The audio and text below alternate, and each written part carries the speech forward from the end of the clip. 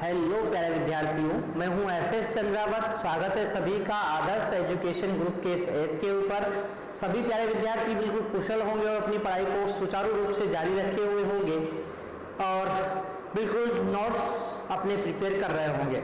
ठीक है, तो शुरू करते हैं आज का सेशन। और सेशन में आप लोगों के लिए फिर से लेकर हाजिर हो गया हूँ 12th क्लास एजी केमिस्ट्री।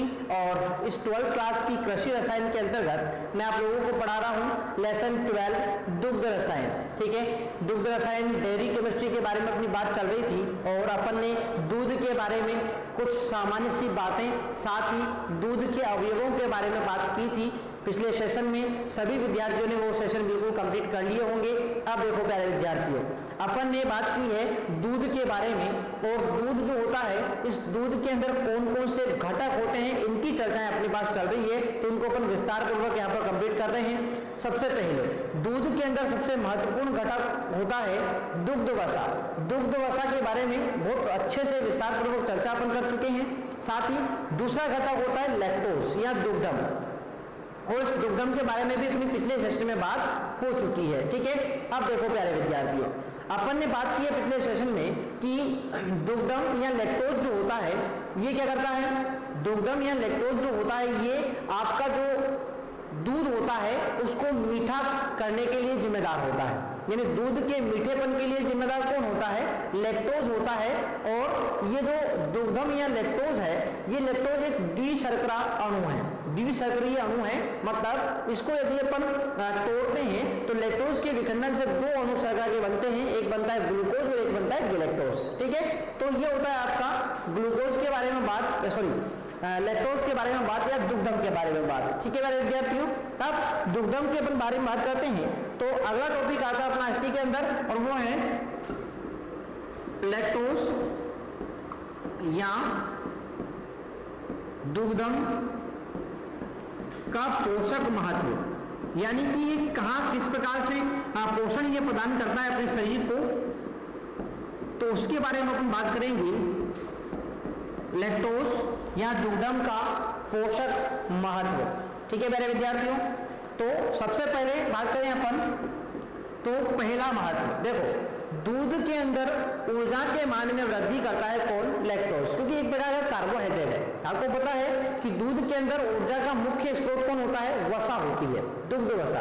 उसके बाद अपन बात करते हैं तो ये आता है लैक्टोज या दुग्धम। तो ये भी क्या करता है, आपका जो दूध होते हैं ना, उस दूध की ऊर्जा को मान को वृद्धि करता है। ऊर्जा के मान में क्या करता है? ये वृद्धि, यानी कि ये भी दुग्ध के अंदर ऊर्जा प्रदान करने का मुख्यतः कार्य करता है। ठीक है, तो यहां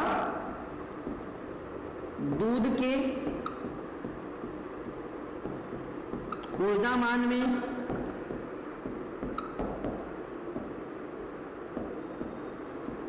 वृद्धि करता है। क्या करता है? बिल्कुल, ऊर्जा मान में क्या करता है? वृद्धि करता है, क्योंकि कार्बोहाइड्रेट है और कार्बोहाइड्रेट का मुख्य कार्य क्या होता है? ऊर्जा प्रदान करना होता है। ठीक है, आगे बात करते हैं तो यह शरीर में विटामिन संश्लेषण में सहायक होता है।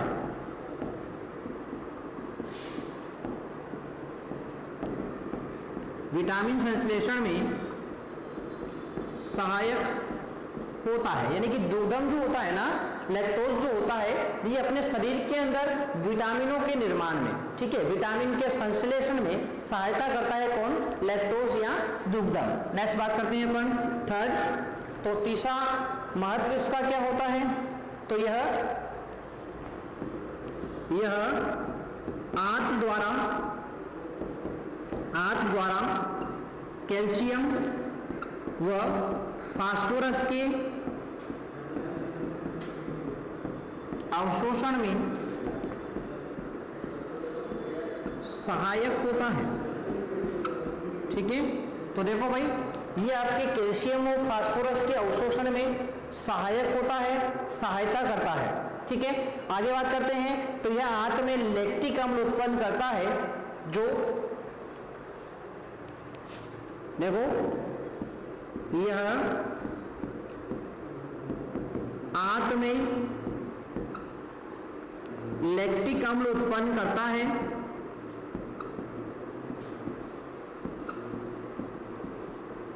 लैक्टिक अम्ल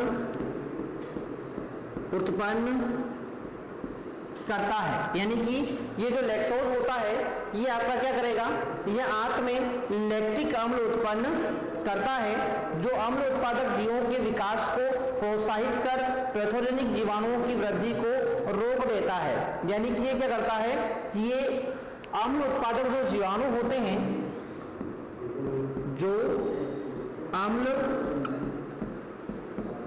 उत्पादक जीवाणुओं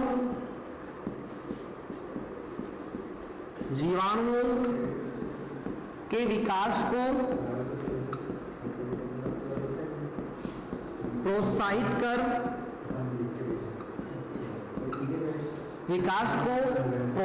करके पैथोजेनिक जीवाणुओं को, यानी कि जो रोगजनक जीवाणु होते हैं, इन पैथोजेनिक जीवाणुओं की वृद्धि को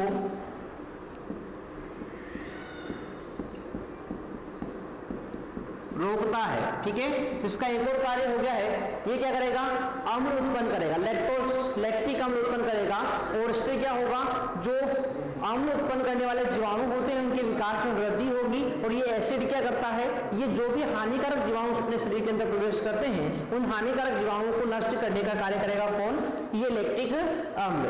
ठीक है, आगे बात करते हैं। तो दूध जो होता है मस्तिष्क और तंत्रिका तंत्रों में उपस्थित लैक्टोज के लिए मुख्य स्रोत होता है। ठीक है, दूध मस्तिष्क व तंत्रिका तंत्र में उपस्थित लैक्टोज के लिए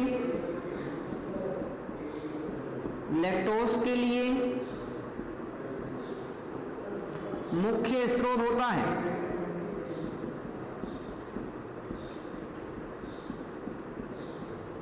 मुख्य स्रोत होता है। ठीक है, तो मस्तिष्क और तंत्रिका तंत्रों के अंदर जो भी लैक्टोज पाया जाता है उसका मुख्य स्रोत आपका यही दूध होता है। ठीक है, और लैक्टोज का जो अवयव है गैलेक्टोज, वो मस्तिष्क तथा नाड़ी संस्थान के लिए आवश्यक होता है। ठीक है, तो लैक्टोज का मैंने आपको बताया था, लैक्टोज में दो घटक होते हैं, ग्लूकोज और गैलेक्टोज। तो लैक्टोज का अवयव गैलेक्टोज होता है जो मस्तिष्क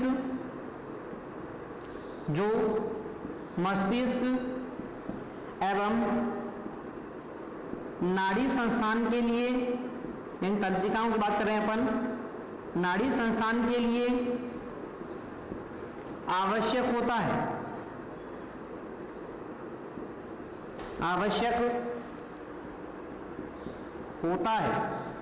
ठीक है प्यारे विद्यार्थियों, तो इस प्रकार से ये मस्तिष्क और नाड़ी संस्थान के लिए आवश्यक होता है। और आगे अपन बात करते हैं तो दूध का अगला महत्व क्या होगा, दुग्धम या लैक्टोज का अगला महत्व क्या होगा। तो देखो प्यारे विद्यार्थियों, ये जो दुग्धम या जो लैक्टोज होता है ना, ये अन्य शर्कराओं की तुलना में स्वास्थ्यवर्धक होती है। देखो अन्य शर्कराएं जो होती है ना, ये सुक्रोज है, शक्कर की अपन बात करें तो अपने शरीर के लिए हानिकारक प्रभाव भी डालती है। कम मात्रा में ले तो कोई हानि नहीं है, परंतु जब अपन अधिक मात्रा में उसका सेवन करते हैं तो वो अपने शरीर के ऊपर क्या करता है, हानिकारक प्रभाव डालता है। परंतु लैक्टोज जो होता है इसका अपने शरीर के ऊपर हानिकारक प्रभाव नहीं देखने को मिलेगा। ये अन्य शर्कराओं की तुलना में क्या होता है, स्वास्थ्यवर्धक होता है। ठीक है, फिर लेते हैं, यह अन्य शर्कराओं की तुलना में स्वास्थ्यवर्धक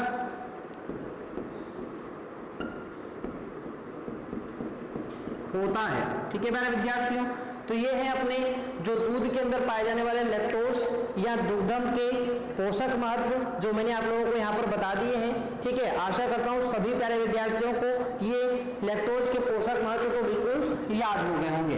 ठीक है, अब बढ़ते हैं अपन आगे की तरफ। तो दूध का एक और मुख्य घटक अपन लेते हैं, और दूध का एक और मुख्य घटक आपके पास आता है, वो है आपका प्रोटीन। क्या होता है? प्रोटीन। देखो दूध के अंदर प्रोटीन की अपन बात करते हैं प्यारे विद्यार्थियों, तो दूध के अन्य मुख्य अवयवों से एक होता है आपका ये प्रोटीन, जो शरीर की कोशिका निर्माण के लिए अत्यंत आवश्यक होता है। ठीक है, तो प्रोटीन जो होता है यह शरीर की कोशिका निर्माण के लिए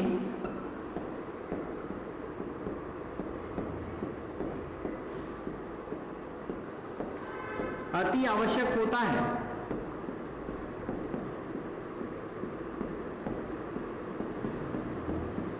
अति आवश्यक होता है, एक मुख्य घटक है आपके दूध के अंदर पाया जाने वाला। ठीक है, दूध के अंदर मुख्यतः 3 प्रकार की प्रोटीन पाई जाती है। कौन कौन सी होती है इसके बारे में अपन चर्चा करेंगे। तो देखो दूध में मुख्यतः 3 प्रकार की प्रोटीन, जैसे कैसीन,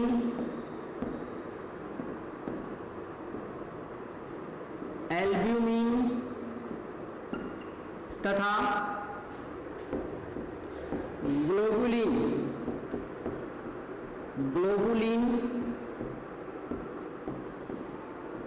पाई जाती है। तो प्यारे विद्यार्थियों दूध के अंदर मुख्यतः 3 प्रकार की प्रोटीन पाई जाएगी। एक है कैसीन, दूसरी का नाम है एल्ब्यूमिन और तीसरी का नाम है ग्लोबुलिन। ये 3 प्रोटीन मुख्यतः आपके दूध के अंदर मुख्यतः पाई जाती है। ठीक है, और दूध प्रोटीन जो होता है इसमें सबसे ज्यादा कौन सी पाई जाएगी, तो ध्यान रखना सबसे ज्यादा होती है कौन सी? कैसीन। ठीक है, दूध प्रोटीन में 80% कैसीन होती है। क्या होती है मेरे विद्यार्थियों? 80% तक कैसीन होती है, अकेली कैसीन होती है, नहीं ये सबसे ज्यादा मात्रा में पाई जाती है। ठीक है, और बात करें किस रूप में पाई जाती है, यह पायस के रूप में पाई जाती है।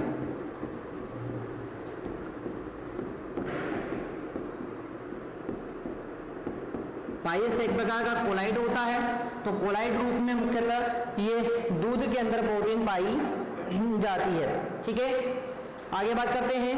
तो देखो ये जो प्रोटीन होती है आपको पता होना चाहिए, प्रोटीन चाहे कोई सी भी हो, सभी प्रोटीन एमिनो अम्लों से मिलकर ही बनी होती है। तो ये तीनों भी किससे बनी होगी? एमिनो अम्लों से मिलकर बनी होगी। जब ये टूटेगी तो इनके टूटने से क्या मुक्त होंगे? एमिनो अम्ल मुक्त होंगे, जिनका शरीर के द्वारा अवशोषण कर लिया जाता है। तो आगे बात करते हैं। तो यह तीनों की तीनों ना एमिनो अम्लों से बनी होती है, एमिनो अम्लों से बनी होती है।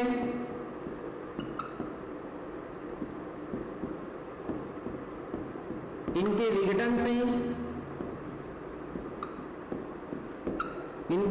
से एमिनो अम्ल प्राप्त होते हैं, जिनका शरीर द्वारा अवशोषण कर लिया जाता है।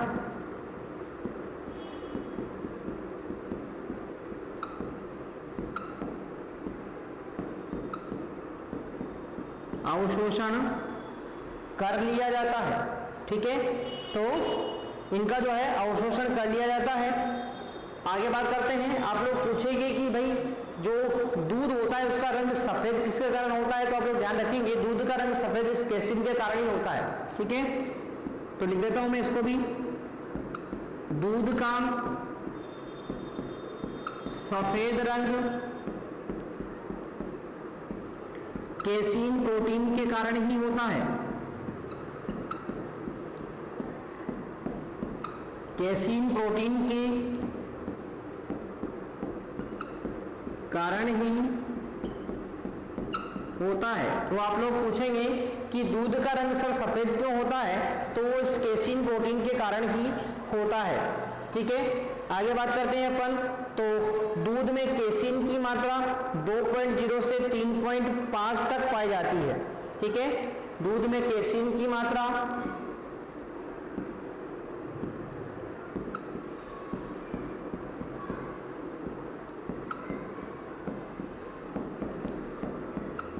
2.0 से 3.5 तक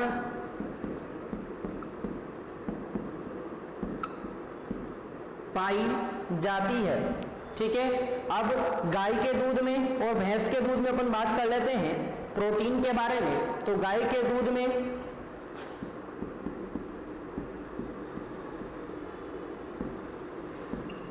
दूध में 3.5% तथा भैंस के दूध में भैंस के दूध में 3.6% प्रोटीन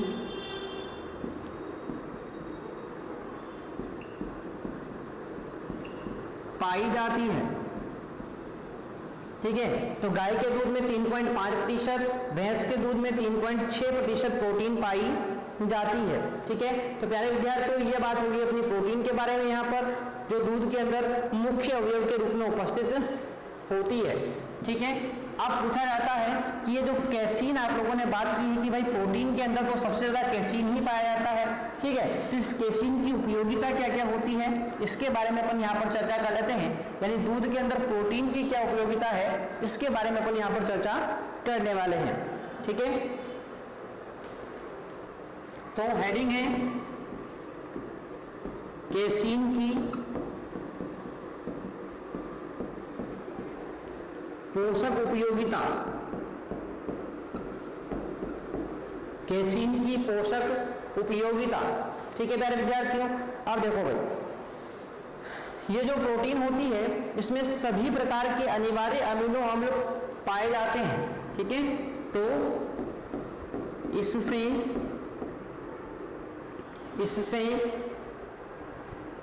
लगभग सभी प्रकार के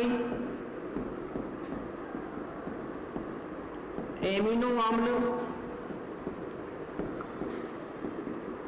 प्राप्त होते हैं। सभी प्रकार के एमिनो अम्ल मतलब जैसे इसमें आता है ल्यूसीन है, आइसोल्यूसीन है, वैलिन है, ट्रिप्टोफैन है, फेनिलएलानिन है, ये सभी प्रकार के एमिनो अम्ल यहाँ से प्राप्त होते हैं। ठीक है, सेकंड बात करते हैं, तो दूसरा उपयोग इसका होता है कि प्रोटीन पाचन प्रणाली में लगभग 97 से 98% तक पच जाती है और लगभग 76% तक शरीर में शोषित हो जाती है। ठीक है, यह पाचन प्रणाली में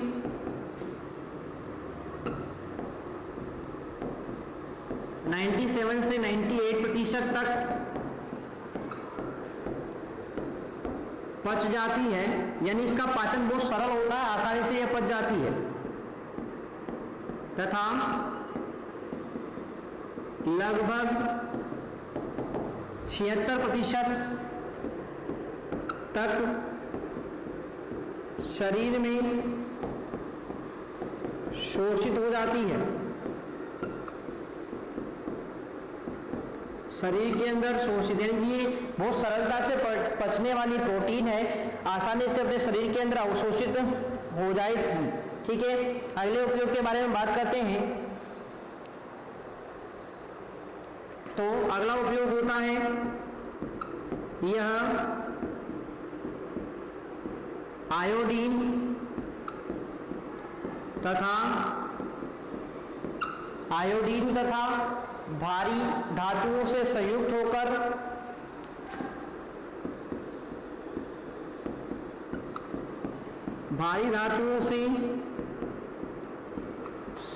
होकर एक उपयोगी वाहक का कार्य करती है।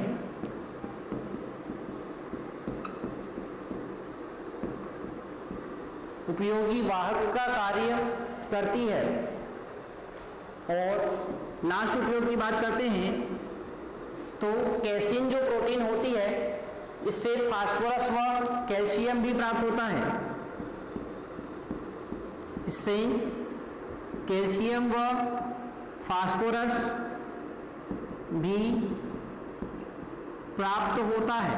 ठीक है प्यारे विद्यार्थियों, तो आज अपनी बात हो चुकी है दुग्धम के पोषक महत्व, उसके बाद अपने अगला घटक पढ़ा है प्रोटीन, और प्रोटीन में कैसीन की जो पोषक उपयोगिता के बारे में बात हो चुकी है। सभी प्यारे विद्यार्थियों को यहाँ तक ये विषय वस्तु बिल्कुल समझ में आ गई होगी, और यदि आपको ये समझ में आती है तो आप लोग इसको लाइक करें, साथ ही आप लोग अपने जितने भी मित्र हैं उनके साथ इसको शेयर करें। ठीक है, तो मिलते हैं अपन नेक्स्ट सेशन में, तब तक के लिए टेक केयर।